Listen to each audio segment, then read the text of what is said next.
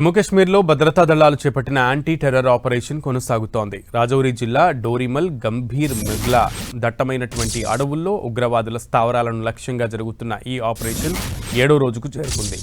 ఈ ప్రాంతంలో విదేశీ ఉగ్రవాదులు ఉన్నారన్న సమాచారంతో army, Jammu Kashmir police, CRPF, paramilitary బలగాలు సంయుక్తంగా ఈ సెర్చ్ ఆపరేషన్ చేపట్టాయి.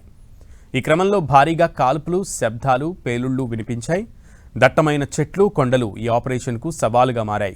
దీంతో ఉగ్రవాదుల కదలికలను కనిపెట్టేందుకు ఆర్మీ అత్యాధునిక డ్రోన్లు, హెలికాప్టర్లు, స్నిఫర్ డాగ్స్ను రంగంలోకి దించింది.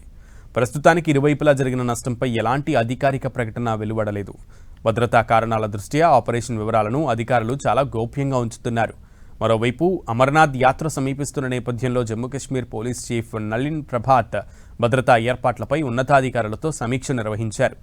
లోయలోని సున్నితమైన ప్రాంతాల్లో నిఘాను మరింత ముమ్మరం చేయాలని, ఏజెన్సీల మధ్య సమన్వయం పెంచాలని ఆయన సూచించారు.